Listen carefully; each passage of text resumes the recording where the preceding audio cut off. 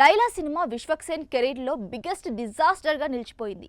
Minimum గ్యారంటీగా విశ్వక్ సినిమాలకు returns వస్తాయని నిర్మాతలు నమ్ముతారు. అందుకే ఆయన ఏడాదికి దాదాపు 4 సినిమాల వరకు చేయగలుగుతున్నాడు. అయితే నటుడు పృథ్వీరాజ్ లైలా ఈవెంట్ లో చేసిన రాజకీయ కామెంట్లు లైలాకు తీరని నష్టాన్ని మిగిల్చింది. అతని చవకబారు వ్యాఖ్యలపై సోషల్ మీడియా భగ్గుమంది. ఫైనల్లీ పృథ్వీరాజ్ లెంపలేసుకున్న పరిస్థితి చేయిదాటిపోయింది.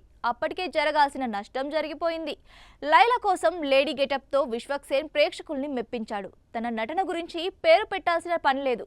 ఎలాంటి పాత్ర ఉన్నా సరే ఈజీగా చేసేస్తాడు. లైలా విజయం కోసం తీవ్రంగానే కష్టపడ్డాడు కూడా. రకరకాల ప్రమోషన్స్తో ప్రేక్షకులకు దగ్గరయ్యాడు. ఆ సమయంలో మార్కెట్లో పెద్ద సినిమా కూడా ఏదీ లేదు.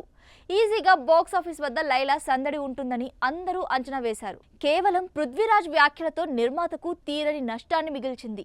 ఫిబ్రవరి 14న విడుదలైన లైలా ఇప్పటి వరకు 3 కోట్లు మాత్రమే రాబట్టింది. విశ్వక్ సేన్ కెరీర్లోనే అతి తక్కువ వసూలు సాధించిన సినిమా ఇదే.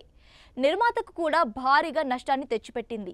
శని ఆదివారాల్లోనైనా బాక్సాఫీస్ వద్ద కోలుకుంటుందని మేకర్స్ భావించారు. కానీ వీకెండ్లో చాలా చోట్ల షోలు రద్దయ్యాయి. దీంతో లైలా ప్రయాణం దాదాపు ముగిసిపోయింది. నాన్ థియేట్రికల్ బిజినెస్ ద్వారా కొంతమేరకు లాస్ కవర్ చేసుకున్నా కూడా నిర్మాతకు థియేట్రికల్గా సుమారు 10 కోట్లకు పైనే నష్టం వచ్చినట్టు తెలుస్తోంది.